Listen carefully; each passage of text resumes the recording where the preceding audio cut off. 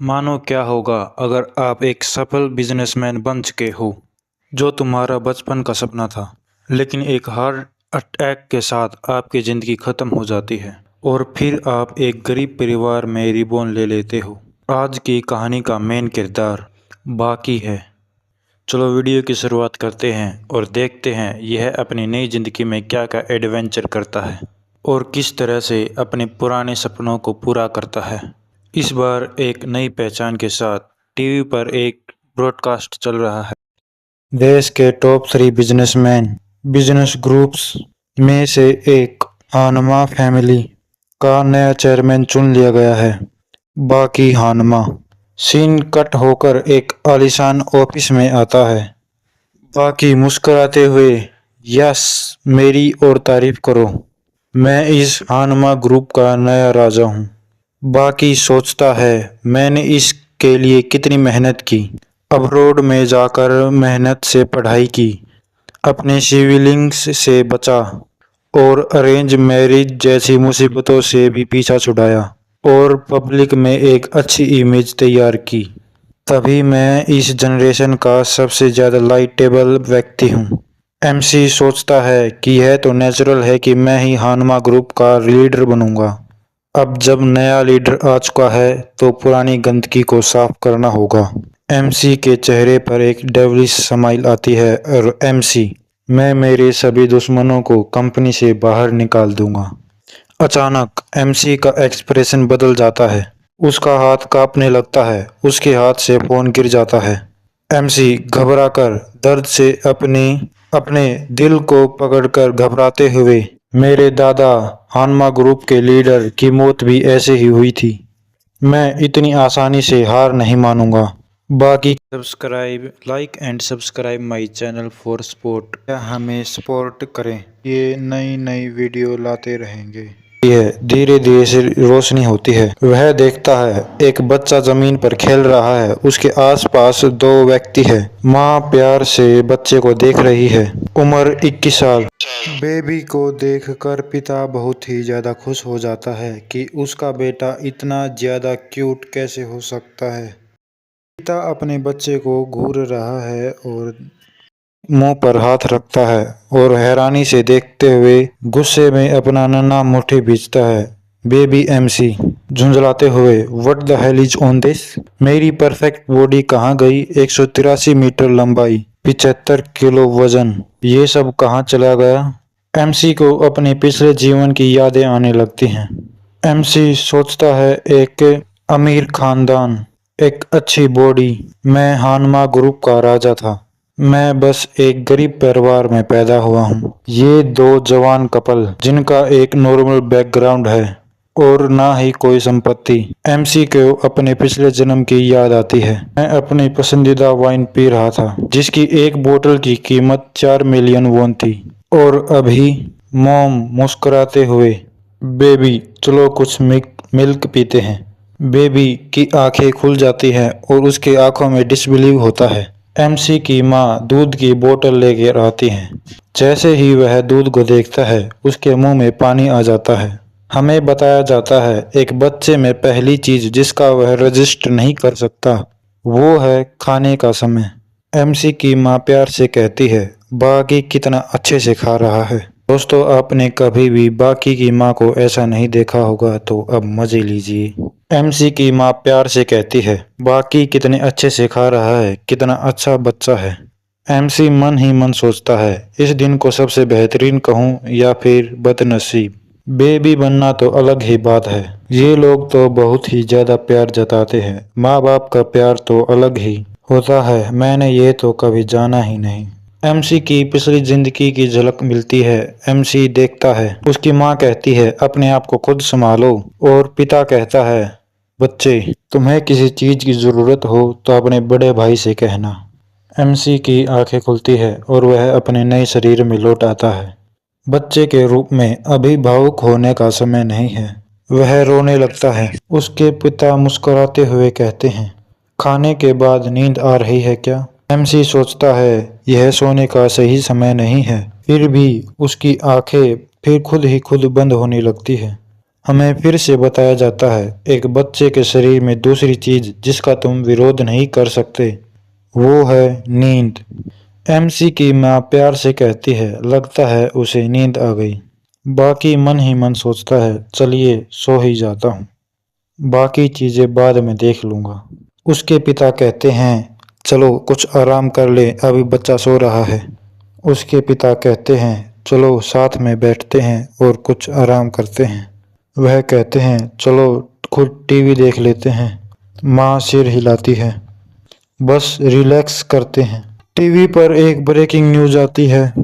Reporter report करता है, हानमा group के लीडर के खिलाफ आरोप लगाया गया है कि यूजिरो हानमा घोटाले में शामिल है। ये आरोप जब सामने आए, जब यूजिरो हानमा खुद सामने आए, एमसी टीवी के सामने जाकर बैठ गया। एमसी सोचता है कि यह मेरे दादाजी हैं। अगले दृश्य में हमें एमसी को दिखाया जाता है। टीवी पर न्यूज एंकर कहता है, आज की सबसे बड़ी खबर। आपने एप्पल बॉक्स रिश्वत केस के बारे में सुना ही होगा। हानमा ग्रुप के चेयरमैन के पिता यूजिरो हानमा के पिता खुद कोर्ट में पेश हुए हैं। एमसी के दिमाग में हलचल मच जाती है। यह मेरे दादा है, यह नहीं हो सकता। मुझे यह पल साफ साफ याद है, जिस साल मैं 10 साल का हुआ था, उसी साल दादाजी रिश्वतखोरी के आरोप में फंस गए थे। उन्होंने राजनेताओं को एप्पल बॉक्स में भरकर पैसे दिए थे और उन्होंने मुकदमे का सामना करना पड़ा था। केस, वह सभी सिम्स यूजिरो हानमा की बढ़ती ताकत से डरते थे। उन सभी ने इस मौके को पकड़ लिया और इसे भ्रष्ट व्यक्ति कह दिया, रिश्वतखोरी करने वाली गंदी कंपनी। एमसी सोचता है, पैसा ही असली ताकत है और कनेक्शंस ही पावर होता है। यह सोचना कि आप बचत कर कर के अमीर हो सकते हो, यह गरीबों के भोले भाले सपने से ज्यादा कुछ नहीं। छोड़ो, जिस दिन दादाजी अभियोजन पक्ष के सामने प्रस्तुत हुए थे, उन्होंने मुझे अपने व्हीलचेयर धकेलने को कहा था। ये सिर्फ पब्लिक सिंपैथी हासिल करने का नाटक था, लेकिन मेरे लिए ये कुछ और था। मैं इस दिन दुनिया के सामने आया, मेरी पहचान इस दिन दुनिया के सामने आई। मैंने पूरी दुनिया को दिखा दिया था, दुनिया के सबसे ज्यादा अमीर व्यक्ति का पोता। एमसी सोचता है, लेकिन मेरा वो बेवकूफ छोटा भाई जो पढ़ाई के बहाने विदेश गया और वहां जाकर नशे करने लगा, उस घमंडी लड़के ने पूरी जिंदगी मेरी जगह लेने की कोशिश की। असल दिक्कत यह नहीं कि मैं एक बच्चा बन गया हूँ या फिर मैं अतीत में आ गया हूँ। असली दिक्कत यह है कि मेरी तकदीर, मेरी पोजीशन मेरे हाथों से जा चुकी है। अगला सीन, एमसी की माँ कहती है, बाकी माँ तुम्हारे लिए टेस्टी एप्पल जूस लाई है। लेकिन एमसी कुछ भी खाने पीने की बजाय पूरे दिन टीवी देखता रहता है। उसकी माँ इस हरकत से परेशान होने लगती है। तभी एमसी का पिता घर लौटता है और कहता है, डार्लिंग, मैं आ गया और मुझे आज क्या मिला है? मुझे आज ताज़ा मांस मिला है। इस रेस्टोरेंट में मैं काम करता हूँ, उस रेस्टोरेंट के मालिक ने मुझे आज यह गिफ्ट किया है। लेकिन उसकी पत्नी उसे रोक देती है और एमसी की तरफ इशारा करती है। एमसी का पिता उसको टीवी के सामने बैठा देखकर हैरान हो गया और कहा, क्या यह अभी तक टीवी देख रहा है? एमसी की मां ने चिंतित होकर कहा, यह सिर्फ न्यूज ही देख रहा है। अगर हम चैनल बदल दे या फिर टीवी बदल दे, ये चैनल कुछ भी करे तो यह रोने लगता है। एमसी के पिता मुस्कुराते हुए कहते हैं, यह मुझ पर छोड़ दो। वह उसके सामने जाता है और कहता है, बेटा, पिता घर पर आ गए हैं, टीवी देखना बंद करो, चलो डैडी के साथ खेलते हैं।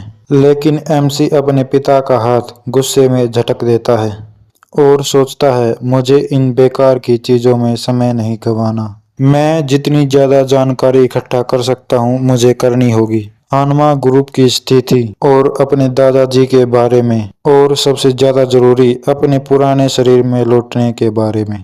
तभी पिता टीवी बंद कर देते हैं और सख्ती से कहते हैं, तुमने आज पूरा दिन कुछ भी नहीं खाया, चलो पहले कुछ खाओ और चलो कुछ आराम करो। एमसी गुस्से और निराशा से रोने लगता है। उसकी माँ उसे तुरंत गोद में उठा लेती है और प्यार से उसे चुप कराने लगती है। एमसी का दिल अंदर से चिल्ला रहा था, तुम्हें पता भी है, हानमा ग्रुप के उत्तराधिकारी के रूप में ढलने के लिए मैंने कितनी मेहनत की थी। क्या मैं यह सब इतनी आसानी से खो दूं? एमसी की माँ कोमलता से कहती हैं, बाकी अच्छे बच्चे बनो, आज के लिए आराम कर लो, कल मैं तुम्हें फिर टीवी देखने दूंगी। एमसी आखिरकार सो जाता है, लेकिन उसके विचार अब भी चल रहे थे। शायद यह इस वजह से है कि मैं अभी बच्चा बन गया हूँ। मुझे लग रहा है कि मैं पहले से ज्यादा मूर्ख हो गया हूँ। मेरी भावनाएं मेरे काबू से बाहर है। जब ये औरत मुझे थपथपाती है तब मैं बिना जाने सो जाता हूँ। सीन बदलता है और हमें दिखाया जाता है बाकी के माता पिता बात कर रहे हैं। सियोंग बाकी के पिता, ये समय तुम्हारे लिए बहुत मुश्किल होगा, माँ कहती है। मैं बाकी को लेकर बहुत ज़्यादा परेशान हूँ। वो लगभग 1 साल का हो चुका है, लेकिन अभी तक उसने माँ या पिता नहीं कहा। वह हमेशा न्यूज़ स्क्रीन को घूरता रहता है। मुझे बच्चे पालने के बारे में कुछ ज़्यादा नहीं पता, लेकिन क्या मैं कोई गलती नहीं कर रही हूँ ना? पिता, चाहे हमारे पास कुछ ज़्यादा कुछ ना हो, लेकिन हमारा प्यार उसके लिए सच्चा है। चिंता मत करो, हमारा बेटा अच्छा ही बड़ा होगा। हमें बाकी पर भरोसा रखना चाहिए। कुछ दिन बाद हमें दिखाया जाता है बाकी दीवार के साथ बैठा है और सोच रहा है, मैं बहुत थक गया हूँ। मैंने सोने का नाटक किया, लेकिन मैं न्यूज़ ही देखता रहता हूँ। फिर भी मैं कुछ समझ ही नहीं पाया। अब मैंने हार मान ली है। और तभी उसकी माँ कमरे में आती है। उसकी माँ, आज तुम टीवी नहीं देख रहे? बाकी मन में, मैंने अब न्यूज़ देखना छोड़ दिया है। माँ और बाकी घर से बाहर निकलते हैं। माँ बोलती है, मौसम अच्छा है। तभी दृश्य बदलता है। उसे कोई आवाज लगाता है, लैंडलॉर्ड लेडी, यूनिट नंबर 107। ओह मिस लैंडलॉर्ड। वह वापस चली जाती है और माँ बाजार पहुंच जाती है और कहती हैं, यहाँ पर सेल लगी है, यहाँ पर हर के चीज के ऊपर 100 रुपए का डिस्काउंट है। चलो जमकर शॉपिंग करें, आज मैं तुम्हारे लिए बहुत ही अच्छा सूप बनाऊंगी। तभी बाकी देखता है ऊपर से कुछ शटर गिरने वाला है। बाकी डरते हुए शटर नीचे गिरने लगता है। बाकी की माँ घबरा जाती है, लेकिन बिना कुछ सोचे समझे वो बाकी को बचाने के लिए अपनी गोद में ढक लेती है। शटर उन पर गिर जाता है और खून चारों तरफ फैल जाता है। माँ शटर के नीचे दबी हुई है। तभी लैंडलॉर्ड लेडी आती है। Room number 107 विंस्यून। बाकी की माँ दर्द से कराह रही होती है और अपने बेटे की तरफ देखती है। Like and subscribe my channel. Hello दोस्तों, स्वागत है हमारी न्यू वीडियो में। ये एपिसोड वहीं से शुरू होता है जहां हमने पहला एपिसोड ख़त्म किया था। एपिसोड की शुरुआत में हमें दिखाया जाता है कि एम्बुलेंस का सायरन बजता है। माँ को अस्पताल ले जाया जाता है। एक महिला डॉक्टर उनकी हालत जांच रही होती है। डॉक्टर, सर पर चोट लगी है, तुरंत सर्जरी की तैयारी करें। कोई और गंभीर चोटें हैं? बाकी की माँ की आंखें खुलती हैं। उसके सामने बाकी के पिता बैठे होते हैं। क्या तुम ठीक हो माँ? बाकी कहाँ है? वो मेरे साथ था। पिता लंबी सांस लेते हुए, बाकी यही है। तुम्हारी वजह से वह सुरक्षित है, लेकिन तुम घायल हुई थी जब वह बहुत ही ज़्यादा चिंतित था। माँ बाकी को गले लगाते हुए, बेटा सब कुछ ठीक है। तुम्हें बहुत ही डर लगा होगा, लेकिन माँ सुरक्षित है। मुझे इस बात की खुशी है कि तुम सुरक्षित हो। बाकी अपनी माँ को सुरक्षित देख रोने लगता है और भावुक हो जाता है। बाकी मन में सोचता है, क्या आपने कभी यह सोचा है कि आप मेरे लिए कितने ज़्यादा इम्पोर्टेंट हैं? अगर आपको कुछ हो जाता तो हम क्या करते? माँ पिता से, हनी ये तो कुछ ज़्यादा ही महंगा कमरा लग रहा है। तुमने इतना महंगा कमरा क्यों लिया? मेरी हालत इतनी भी बुरी नहीं है। खैर, डॉक्टरों ने कहा कि तुम्हें आराम की ज़रूरत है। माँ हैरान होकर, पिता कुछ नहीं कहते, लेकिन तभी स्क्रीन पर लिखा आता है, गर्भवती महिलाओं के लिए सख्त बेड रेस्ट आवश्यक। माँ खुशी से, क्या मैं फिर से माँ बनने वाली हूँ?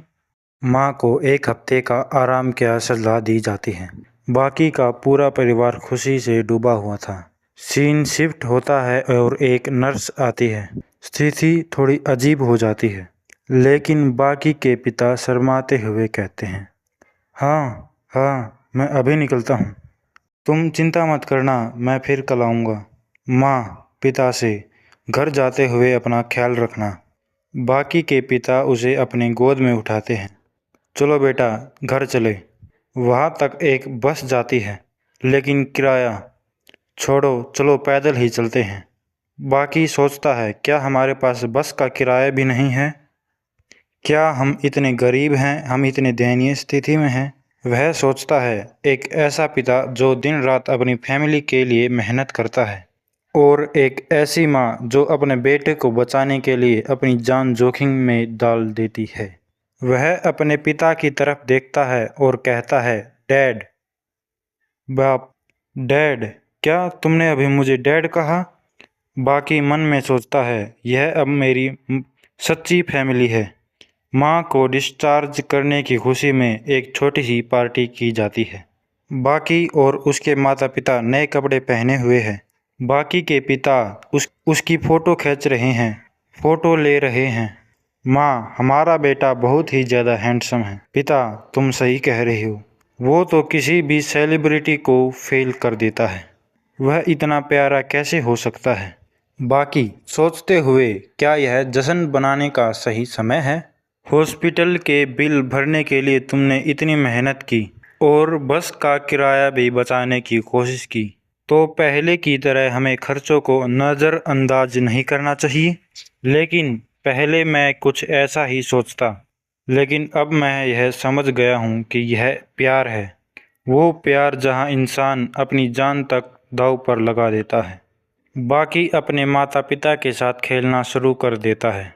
जब बाकी की माँ अस्पताल में थी, बाकी ने एक फैसला लिया।